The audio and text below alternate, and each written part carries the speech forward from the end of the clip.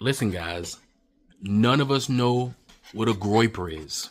Listen, I don't even know what kind of dog this is. They say it's a pug chihuahua mix, but it looks more like a chihuahua on steroids.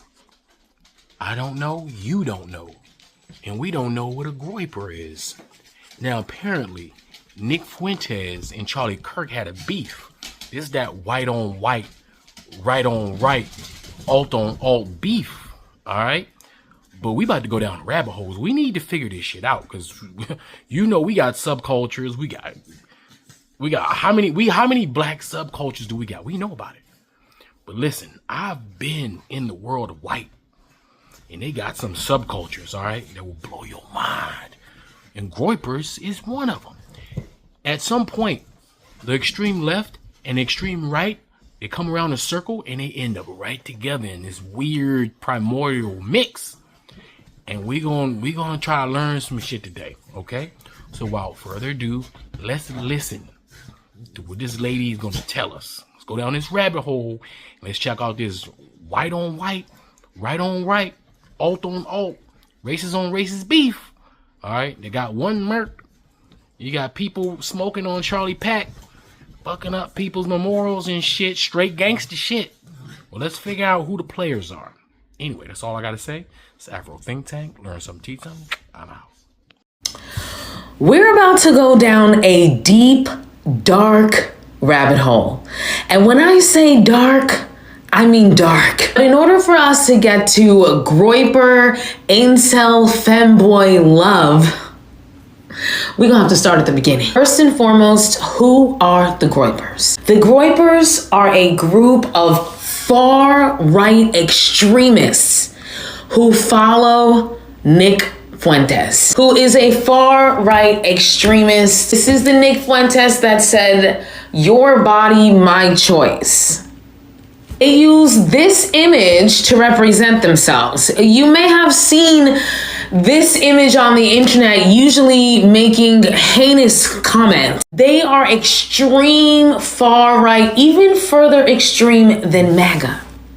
So extreme, in fact, that they believe Charlie Kirk and his followers are not extreme enough. And so for years, they've been beefing with each other, online mostly, but also in person, because Nick Fuentes would send his people to Charlie Kirk events to heckle Charlie Kirk. This whole entire community started on the deep interwebs. I'm talking beyond chronically online. I'm talking chronically online. I'm talking in the deep, dark interwebs of the internet. Places like 4chan and 8chan, where a lot of this alt-right extremist community originated. So because they were born from the internet, they speak internet language, aka they speak meme, and they speak niche internet culture. So some of the references that we've been seeing come out as more and more information has come out about the shooter, other chronically online folks have identified as classic groyper terminology, groyper symbology, and deep internet speak. Things like the songs that were etched in the casings, the bullet casings, and things like the phrases that were etched in the bullet casings that on the surface seemed like they were just, anti-fascist statements. But in reality, were actually groypers trolling, remember, online community, trolling Charlie Kirk followers for not being right enough, aka they were so not right that they were calling them fascists. Can you imagine that the extremist right is calling the extremist right fascists? Oh boy, we're doomed. As a side note, it sounds very reminiscent of leftists calling leftists who voted for Kamala liberals. Anyway, I digress. So what does all of this have to do with incel femboy love? Whew. Well, these communities that cropped up, these alt-right communities in the 4chan, 8chan world, many of them were populated by incels. If you were to make a Venn diagram of incels and alt-right, it might could be. And so there is a community in the incel community that is, once again, even more extreme than the average incel woman-hating community. And there is a sect of the incel community that are actually in the closet. But they believe so much in all of that right-wing, gender norm rhetoric that they become incels. Instead of just being in the closet, they straight up hate women. And some of them in this extreme wing of the incel community, or in other parts of extreme wings of the incel community, some of these people feel like such failures as men, and this goes for the whole entire incel community. Like that's one of the main principles of this, feeling like you are a failure as a man, right? Based on these patriarchal rules that ain't nobody telling you to uphold, poppy, but I digress. So there are some incels who feel like they have failed so miserably as a man that they have decided to opt out of living as a man and start living as a woman. And apparently there are some incels who have, quote, more feminine features. And so they will play that up and live within this incel community as, I'm pretty sure there's a name for it, and I don't remember what it was. You're gonna have to look that up. But femboy is another great name for it. So it wouldn't necessarily be trans, you know what I'm saying?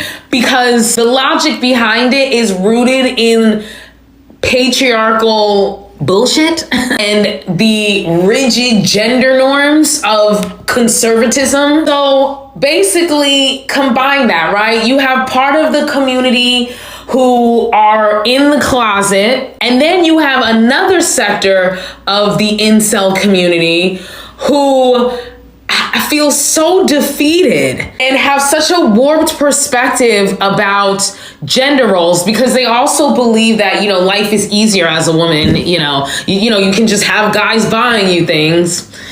But, you have this other group who has opted out of living, decided they're just done with the male experience because they failed so badly at it. And so they're living in this kind of non-binary, I guess you can say, state of being. And all of this under the flag of this very rigid, very conservative, very patriarchal ideology. And they're coming together. And, this is apparently a known thing if you're a part of this community. So when it ties back to the unaliver of Charlie Kirk, one of the things that came out was the governor of Utah doing interviews saying that Robinson, the Pew Pure, lived with a, quote, trans partner. And he was trying to imply that must mean that he is not a conservative. But then when you understand the Groyper background, if all of this information is accurate, then it would mean the exact opposite. But that is essentially the rudimentary explanation. And again, this is their perspective. This is not, I'm just learning about this. It's a lot. It's a lot. It's a lot. How the fuck am I supposed to explain what a groyper is to a boomer? So if you need a explainer for your parents, show them this, since legacy media has fucked us all, since they don't know anything. You need to explain to them that there is a fascist part of the right wing that it hates MAGA for not being extreme enough. And within that Nick Fuentes groyper sect are furries and Yahtzees. And there are Yahtzees who like femboy furries because sexuality does not play into their agenda. They only care about bigotry of J people and minorities, especially African Americans. So you know, it's a very clanny view of the world. MAGA has some godly literal delusion that think they're on a mission from God and not in the good Blues Brothers kind of way. And they don't realize that the Gropers are at war with MAGA and the leftists. So they're coming for all of us. Hopefully this is a moment where MAGA and leftists come together against Gropers, but we all know that they're just going to persecute the leftists like me while the Gropers come for them, and we're all fucked. Bong. Free Sudan! Boycott diamonds and gold! Free Sudan! Boycott diamonds and gold! We most definitely cannot forget about the people of Sudan!